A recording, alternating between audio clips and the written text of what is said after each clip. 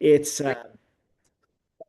I literally am blown away by each and every day. It's not something I learned in medical school. It's all things microbiome, microbiota, your gut health. Now, Hippocrates said back in the day that all disease begins in the gut. I even use that quote in my book, Preventable.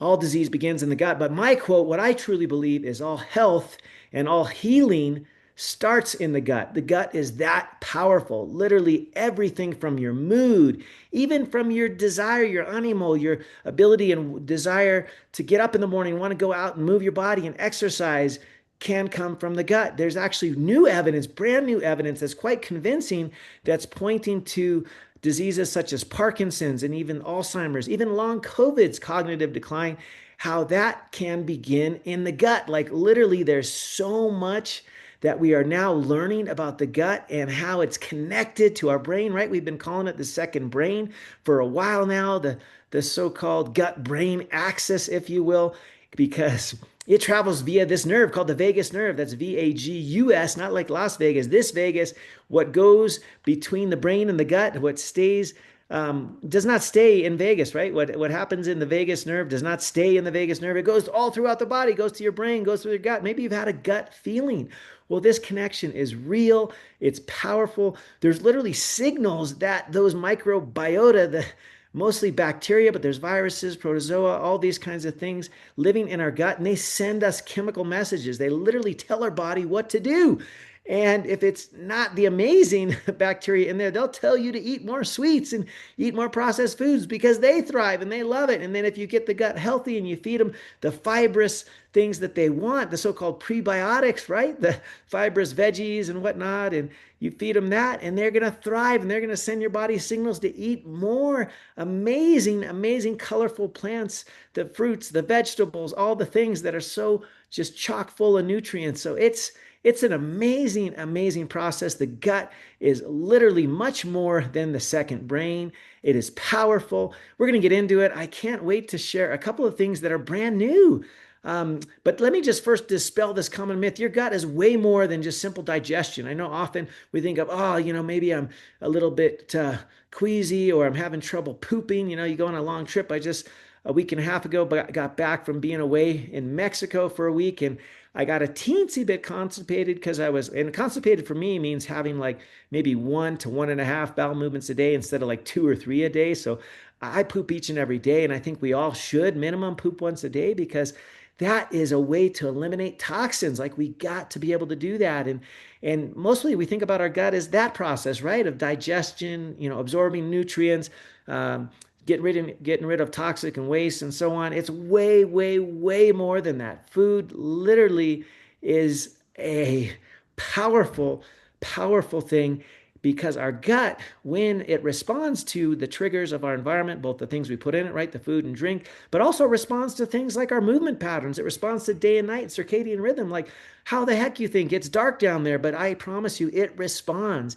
It is so much more than just digestion. It's literally our second brain. It's also the command center, if you will, of our immune system. Over 70% of our immune system lives in the gut, right there in the gut lining, the so-called Peyer's patches, etc., and in the mucosal layer there.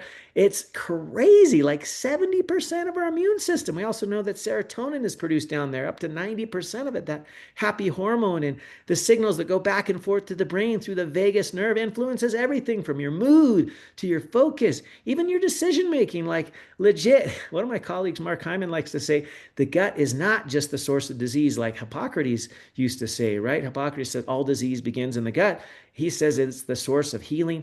I truly believe that the gut is that powerful. In fact, just last year, 2024, in Nature Medicine, there was a study looking at the diversity, which means how different species, we want to have more and different species in our gut, not just one or two things. Like the firmicutes are the ones we want to dispel, right? If you want to be firm and cute, you got to ditch the firmicutes because those are the ones that thrive on processed foods. You got to ditch those and swap them out for the bacteroides and all the good stuff that you can. I mean, the actinobacteria. There's actually the Akkermansia is one of my favorite. Of course, there's so many lactobacilli that are amazing too. There's There's so many healthy strains. And as you get more and more of them, you get more diverse population. It is actually not only a predictor of general health and wellness and a predictor of your inflammation and not being able to have issues with many diseases. The more diverse the gut population of bacteria, the less likely you are to get a lot of these diseases that are out there. In fact, this 2024 study in Nature Medicine showed that the more diverse your microbiota in your gut was one of the strongest predictors of your biologic age, even stronger than things like cholesterol or your body mass index, things like that. Like, it's legit that important, powerful, predictive, and it's something that we cannot avoid. We got to get gut strong. We got to optimize our gut. So if you've ever had issues with brain fog, you're tired, you're a little bit just you don't have the energy that you used to. Maybe your thinking is a little bit cloudy. It's not sharp. You have this so-called brain fog, or the little bit of that stubborn belly weight, the dad bod, if you will, or the mom bod, or whatever that is, the middle-aged bod, right? Many of us have that stubborn belly fat. It could be because your gut is not healthy. It's not optimized. Because right there in the gut, as I shared, you can actually get the signals that will send you the motivation, the signals to move your body, to go out and get outside and exercise and eat well and eat the healthy stuff. Or it could send you the opposite message if it's not full of that diverse, healthy bacteria. And it could send you signals to go eat Oreos or Cheetos or Takis or whatever. But the cool thing is it can change literally in an instant. Over a couple of weeks, you can literally change your bacterial flora, the so-called microbiota, and all of these things can change. You are not destined to have the gut makeup that you may have today, or that you had last week, or that you had for months and years. You can change that, and you can change it quickly and powerfully. And so the first thing I wanted to get into is sort of the number one tool in how you can feed your gut. And your gut loves fiber. There was a book recently called Fiber Fuel that talked all about fiber and how here in the US and most of the developed world, we eat way too little.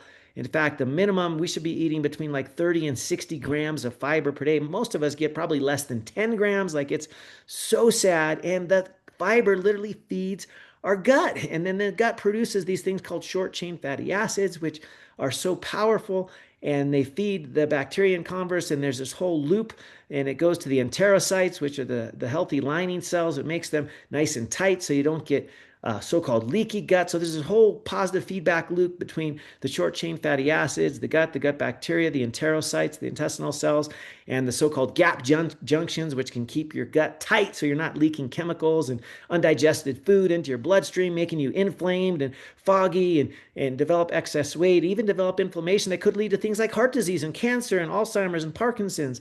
Like, we can literally change that. In fact, there was a study just this year, 2025, it was a meta-analysis in Frontiers in Microbiology, and it found that people who were eating a variety of largely, vegetables, fruit, plant foods actually had the most healthy microbial diversity, which is not surprising, right?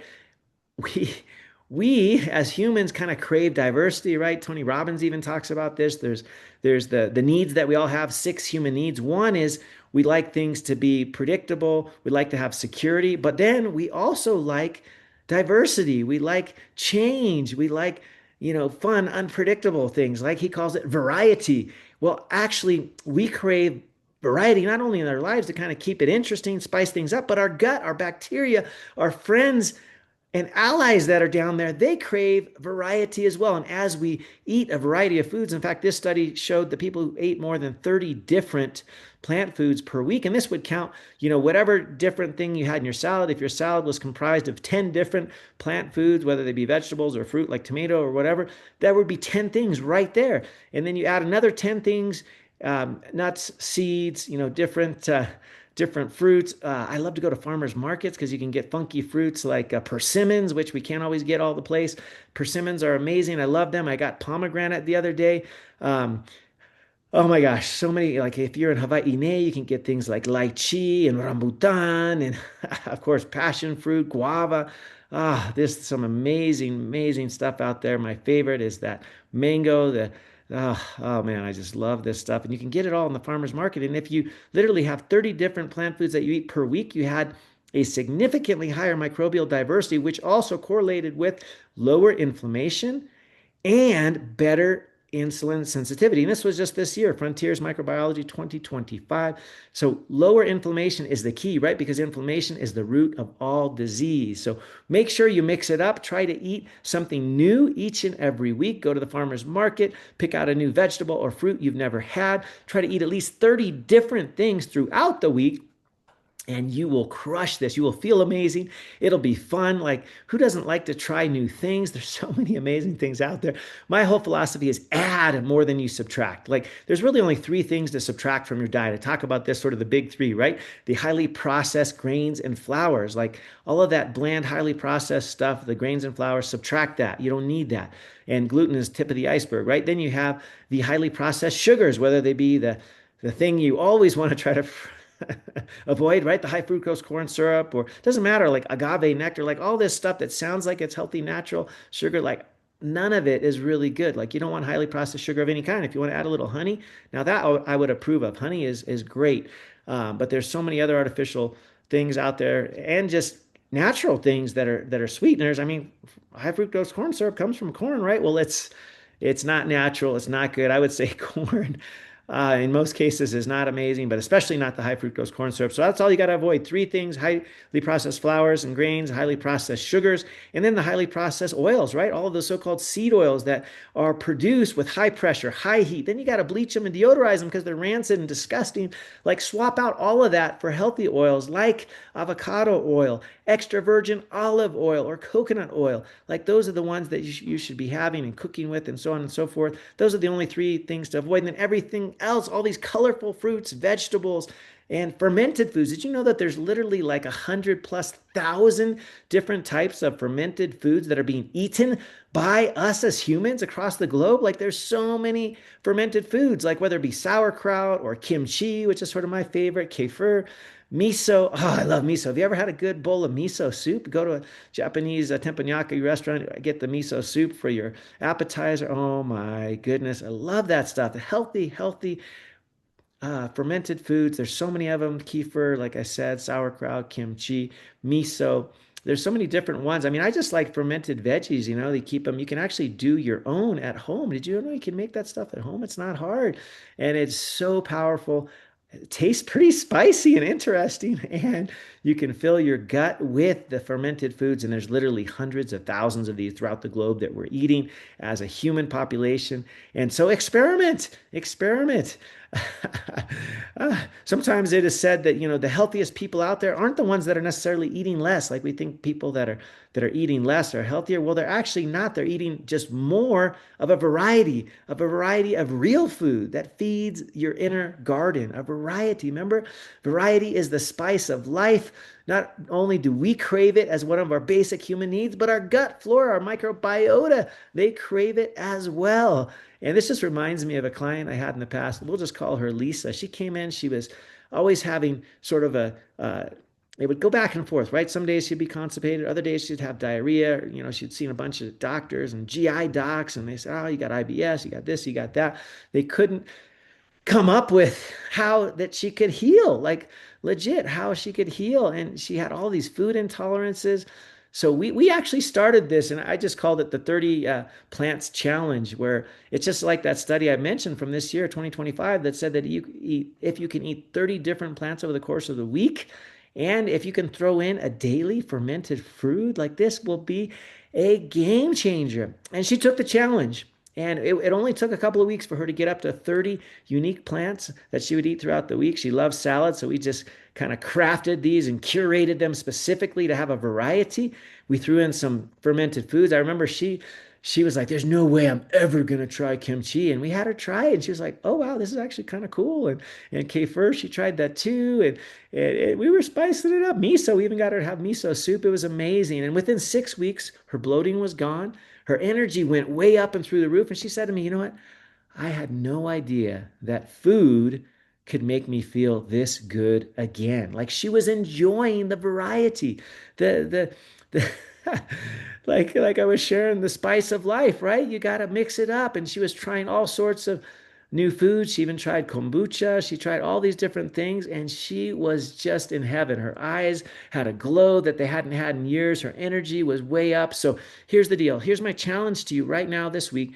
Go for it. Join me and let's do the 30 plants challenge. And this actually you can count the spices and the herbs that you have, the stuff that you throw in your salad, even the different seeds. Like if you want to, for me, I love pistachios. I love macadamia nuts. I love cashews and almonds. And this time of year, we're coming around to the holidays. Like people love to give you nuts. Make sure you're getting the kinds that's not full of a bunch of oils and stuff. And don't get the roasted ones. Just get the dry ones if you want to have a little sea salt with it. Like that's cool. I actually love mine a little bit salted. I think it's amazing.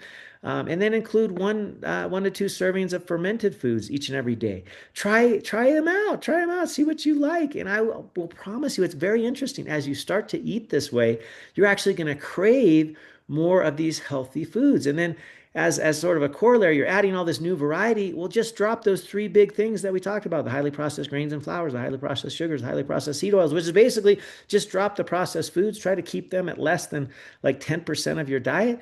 And you will begin to thrive. Why? Because your microbiota is thriving. You're not depriving yourself. Forget deprivation.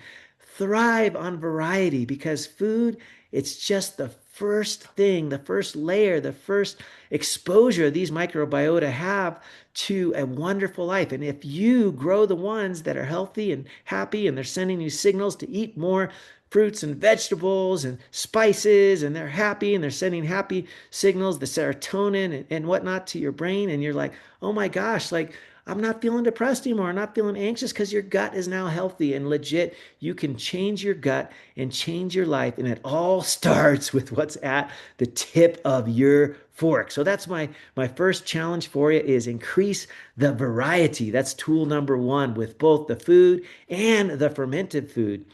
Now, let's talk about how we can add the big three, right? I'm going to call it the trifecta, the perfect trifecta for the gut garden, for the microbiota, your microbiome. And that's the prebiotics, the probiotics, and the postbiotics, the so-called microbial trifecta. And so we started with fiber. Fiber is sort of, I would throw it into the prebiotic class. You could consider that as sort of the fertilizer for your gut garden. And then you can seed it with probiotics. And there's a whole bunch of different probiotics. We can talk about that a little bit. It actually gets a little bit nuanced, but probiotics are really a waste of money if you're not eating prebiotics, right? If you don't have the soil prepared, the fertilizer, if you will, which is all that healthy, fibrous food, right? You're going to plan on having between 30 and 40, maybe 30 and 60 grams of fiber per day.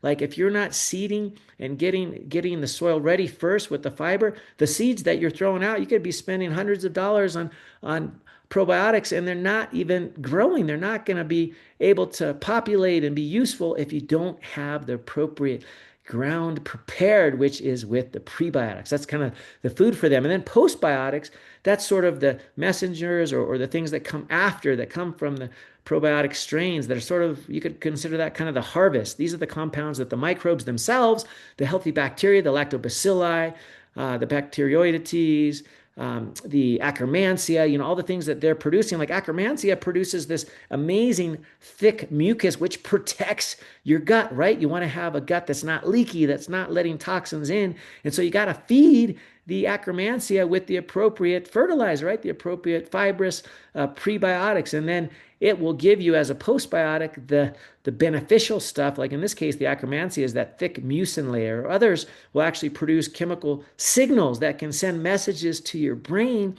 And others produce this amazing signal called nitric oxide, which actually relaxes the blood vessels and gets your blood flow improved. And in fact, there was a recent study this year, 2025, in the Trends of Microbiology, which was really cool because it was talking about the next generation biotics, sort of what are the health companies, the tech companies, what are they thinking about as far as what can they give that would be even more powerful than simple probiotics? Because probiotics right now, present day, is like, gosh, I forget, a $200 billion industry.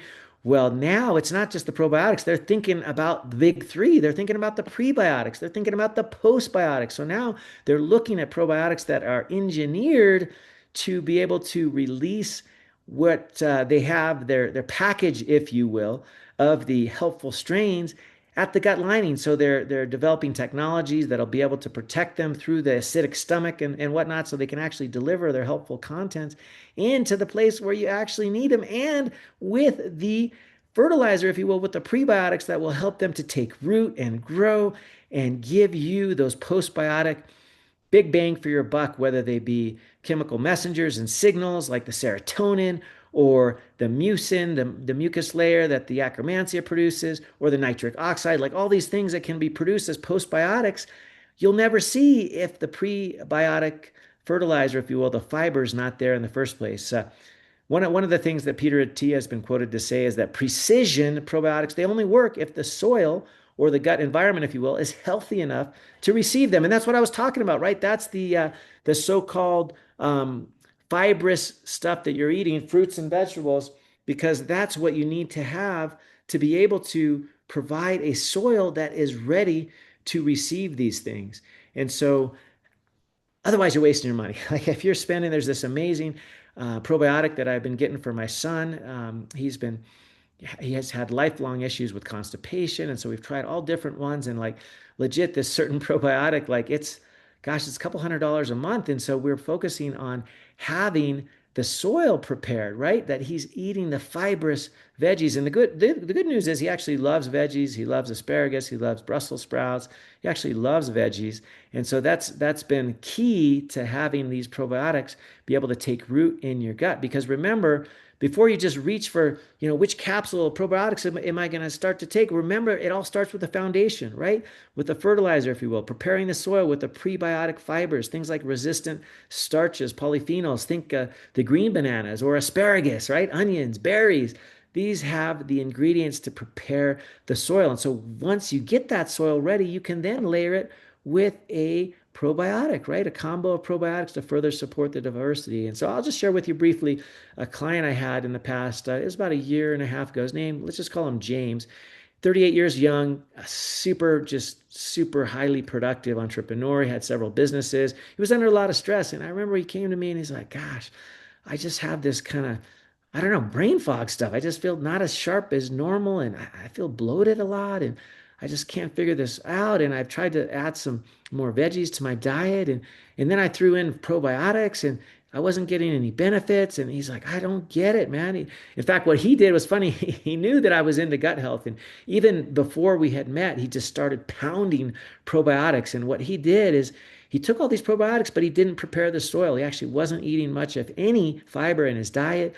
And so these things did cause him bloating. They caused him upset stomach. They weren't working because he didn't prepare the soil. So first thing we did is we added the prebiotic foods. We increased the fiber. In fact, he was a guy, he's from Hawaii originally. And so he was like, with every meal, it's like 2 scoop rice. And so we had this little thing, like, okay, let's just reduce it to 1 scoop. And what we'll do is you cook the rice and then you chill it. You put it in the fridge and you eat rice the next day after warming it up, because that turns that starch into what they call a resistant starch. This works for potatoes too. If you take it and you cool it and then you reheat it, it actually turns that carbohydrate into what they call resistant starch. And that actually makes great food for your gut. We also added some bifidobacteria as well as lactobacillus and some Akkermansia, a few other things. And then what we did, this was kind of interesting. We threw in a couple of fermented foods. He actually preferred kefir, and so we started that. He got accustomed to kind of that fermented food. He started to eat sauerkraut. In his family, they had of German descent, and he just was always too scared to try it. And so he got into some sauerkraut. He also, as a kid, grew up with poi. That's kind of it's a tuber that grows in the ground in Hawaii, and it has some fermented nature to it. And so he started adding some poi in. And so he got some fermented foods, and he was adding a lot of variety. And within a few weeks, all of his bloating was gone.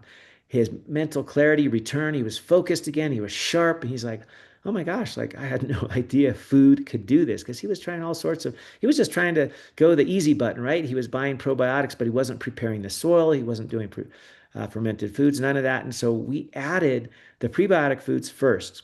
right? We added he was in Hawaii, so we had plenty of green bananas. We added the green bananas, some onions, leek, some garlic, and got the soil ready. And then we added the probiotic, right? And then we would rotate it. We rotate it because, like I was sharing at the beginning, our gut craves diversity. If we want it to get diversity, we got to feed it diversity.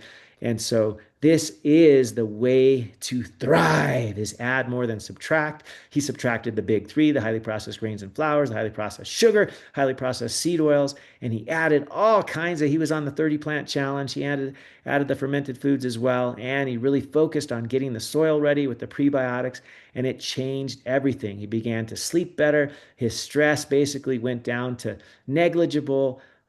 It was game changing for him, just game changing. So that's the second tool, the trifecta that I'd just coin it the microbial trifecta. It's prebiotics, postbiotics, and postbiotics.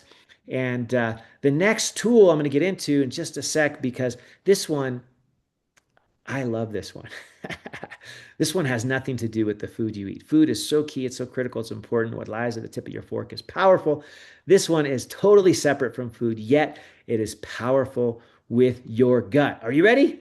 Well, here it is. This one is your lifestyle, the things you do, the things you don't do, because even the gut responds to it. Things like sleep, things like your stress, your movement patterns, literally shape your microbiome. And there's a lot of data to show that. In fact, there was a recent, just last year, 2024, Frontiers in Microbiology. It shared that as little as 5 nights of 1 or even 2 hours, as little as 1 hour of sleep deprivation reduced the beneficial strains of bifidobacteria, and it increased pro-inflammatory strains of bacteria called the proteobacteria in as little as 5 nights. So it was showing how diminished sleep can alter the makeup of your gut microbiome and microbiota like that quickly within a couple of days. So poor sleep, chronic stress, it shifts that towards an inflammatory species preference. And that's not what you want, right? Inflammation is at the root of nearly all disease. And it's not just the sleep. Stress alone can do this. Stress can change the gut's pH and the blood flow. Stress chemistry is literally like pouring acid on your microbiome. Like your stress can cause an acidic nature in that environment, and that will wreak havoc on your microbiota. So, stress in and of itself, and you couple that with poor sleep, oh my goodness, that is powerful in the negative for your gut. So, make sure you do the simple things. I just recently shared on a podcast how to make sleep your superpower. It was like our 201 episode because sleep is one of my favorite things of all times, and it is powerful in also shaping your gut. The other thing that can really help it is movement and exercise. They are powerful modulators of your microbiota. Like literally, active individuals have up to 20% more diversity than those that are more sedentary. And this has been shown in the literature. It's really crazy. They've taken samples of the gut flora from people who are active versus those that are not. And those that are active can have 20% or more diversity among their gut than those that are more in the sedentary path. In fact, a guy I worked with, this was about 2 years ago, just really cool dude. We'll just call him Miguel for the purposes of this. He was just turning 50 and he was a night owl. Like he was running off fumes. He was drinking plenty of coffee, had a chaotic life, and his sleep was all messed up. And so what we did, firstly, we added that ritual of morning light. 5 to 10 minutes of morning light that got his circadian rhythm synchronized, and we did daily walks. And within a month, he was settling. He was able to sleep better at night, and he aimed for 7 hours because he was kind of like a 4 to 5 hour guy. And so we tried to aim for 7 hours of sleep. And that morning light helped him more than anything to be able to get to sleep at night. And within 1 month, his GI symptoms are almost completely gone. His energy improved. His heart rate variability jumped by 20 points. This is huge. He was so stressed before because he wasn't sleeping well. Literally, he was surviving off the chaos and coffee, like the two C's, right? And as he focused on improving his sleep, his GI symptoms also improved, as well as his overall mood. He was more chill. His heart rate variability, which is how to mechanistically show it with the data, it had jumped up by 20 points. He was starting to get some sleep numbers in the 90s, which he'd never had in as long as he could remember. And so here's what you can do. Action steps. Sleep 7 to 8 hours. Make sure it's in that cave type environment, right? Cool. It's dark. It's quiet. Make sure you're moving at least 150 minutes a week. You're doing zone two. And I would say 3 to 4 days of resistance training, anything with weights, anything focusing on muscles. And the bonus here was what we added with him was a 10-minute walk after every meal. Like that literally was the game changer for him. Once he got that down to a 10-minute brisk walk after meals, like there went his 150 minutes right there. He didn't even have to focus on any additional zone two, and he could just go to the gym and focus on weights, on building his muscle. And that got him juiced. Like he trimmed his body. He gained, gosh, in just a couple of months, about 3 months, he had already gained 7 pounds of muscle. Like it was insane. And his energy was through the roof. He lost a significant amount of body fat. He was like, dang, my my pants can fit me again. My waist is trimmed up. And he was feeling strong, feeling energized. So remember your lifestyle, things that you do and the things that you don't do. Like in his case, he wasn't sleeping. They affect your gut. They literally affect your gut. They are not helping you if you're not getting sleep, if you're not getting the movement, if you're not uh, pushing a little iron, right? And modifying and optimizing your stress. Like stress can lead to cancer, stress can lead to poor gut health, which probably then leads to cancer because cancer comes from inflammation. So just learn how to do the simple breathing that your body loves so much, and it'll communicate that through the vagus nerve to your gut and back and forth to the brain. And as little as a minute or two of those belly breaths, just remember soft belly. Ah, game changing. All right. One more tool for today, and then we will pick up in the next episode, the last couple. I just, this is such a critical topic, and I don't want to get you tired or anything. And so we'll do four top tools today and four more next week. And the fourth today is how you can strengthen that barrier, the lining. We talked about leaky gut already, which is literally the cause of so much inflammation that exists, which could be the precursor to almost every disease out there. And so just imagine your gut lining is basically is thin. I mean, it's kind of hard to imagine. It's like paper thin, right? It's just a cell thick. It's called the enterocyte. It is so thin. It's kind of like the covering over your eye called the conjunctiva that you don't even really notice until it turns red when you get pink eye, right? It's like clear. You don't even notice it. Below it is the white or the sclera of your eye. But you got a thin layer called the conjunctiva and then the cornea, which is so thin, goes right over the top of your eye. And you don't even know it's there. It's literally like a cell or two thick. Well, you have a very analogously thin lining in your gut. And that lining is the only thing that stands in the way of toxins getting into your bloodstream or even bacterial intruders or partially digested food. Like this super thin single cell thick lining, much thinner than a hair on your head. And that's the only thing that's preventing your body from getting sick. Well, here's the thing. You can strengthen this border, but when you don't, when you're eating the big three, the bland sort of white and gray foods that you get that are prepackaged, they are destroying this line. They are causing what's called leaky gut, which is basically the increased gastrointestinal permeability, which is these cells, the enterocytes, they have sort of a sticky glue that keeps them together called the gap junctions. And when these things open up, you can get toxins and bacteria as well, and undigested proteins can slip through there and they can trigger systemic inflammation. Remember, you got 70% of your immune system in the gut. Well, that's why they're ready. They're trying to be there and pumped, primed, and ready. But when we have a leaky gut, we call this increased intestinal permeability.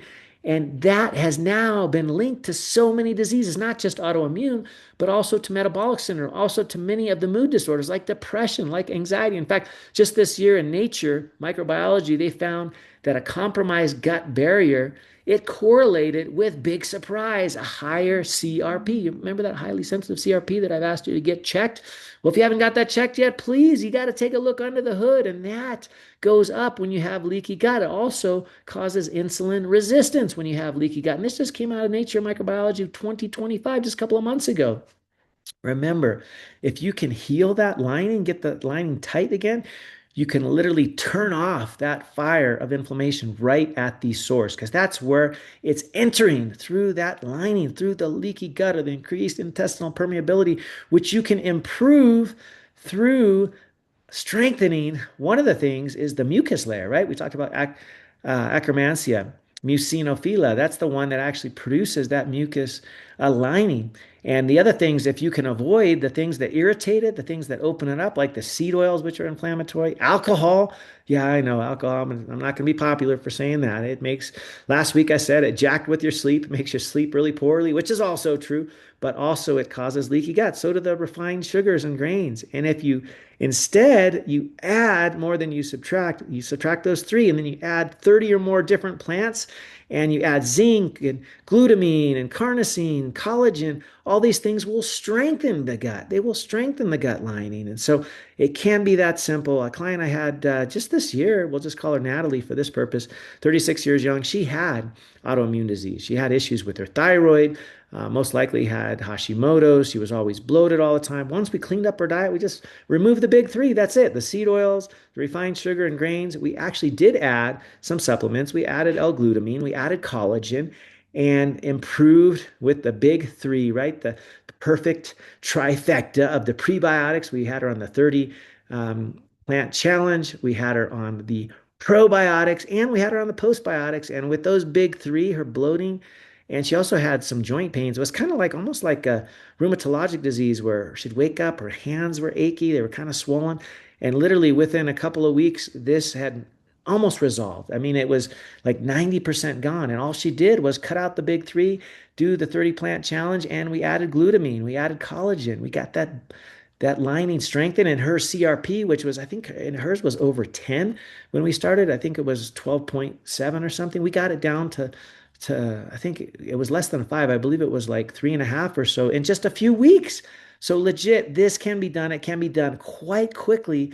You can strengthen that barrier, that lining, the proverbial um, the gut barrier, if you will, that's made up of those single cell thick or enterocyte. They're stuck together with the gap junctions, and when they get leaky because you're eating foods that are inflammatory, the processed foods, the comfort foods, then you get all that crap into the bloodstream directly. It causes inflammation. It's no surprise that when you go eat out or if you have a bag of chips and the next day you wake up all puffy, well, guess what? That's inflammation. That's inflammation. So remember that it can be simple. It's powerful. As you change your gut, you will change your life. We talked about the top 4 tools today. We'll talk about the next 4 next week. And here's the thing. It doesn't have to be difficult. It doesn't have to be hard. These are easy, simple things. You change your gut, you will change your life. Remember, as Hippocrates says, all disease begins in the gut. I say that all health begins in the gut. If you want another resource, my book, Preventable 5 Powerful Practices to Avoid Disease and Build Unshakable Health, it has the whole back half of it is all on gut health. I love gut health. It has been a game changer for me, for my family, and thousands of others. And I am just in love with this topic. I would love to help you and to guide you along the way. If you need specifics on what probiotics, what prebiotics, and how this all works, please message me, Dr. Thomas Hemingway on Instagram, Thomas Hemingway MD, Facebook. You can go to my website, thomas.hemingway.com. There's a quick little 2 or 3 question thing. You can set up a call to kind of see how we can help you. We'd love to guide you on this journey to help you to not only improve your gut, but to improve your life. So this week, pick one of the things we talked about. Try to optimize your sleep. Try to do the 30 plant challenge. I would love to see it. Maybe take pictures of the new things that you're eating, that you've grabbed from the farmer's market, and tag me. I'd love to see it. I just love diversity. Diversity is the spice of life for you and also for your gut. So remember, it all starts in the gut. Aloha.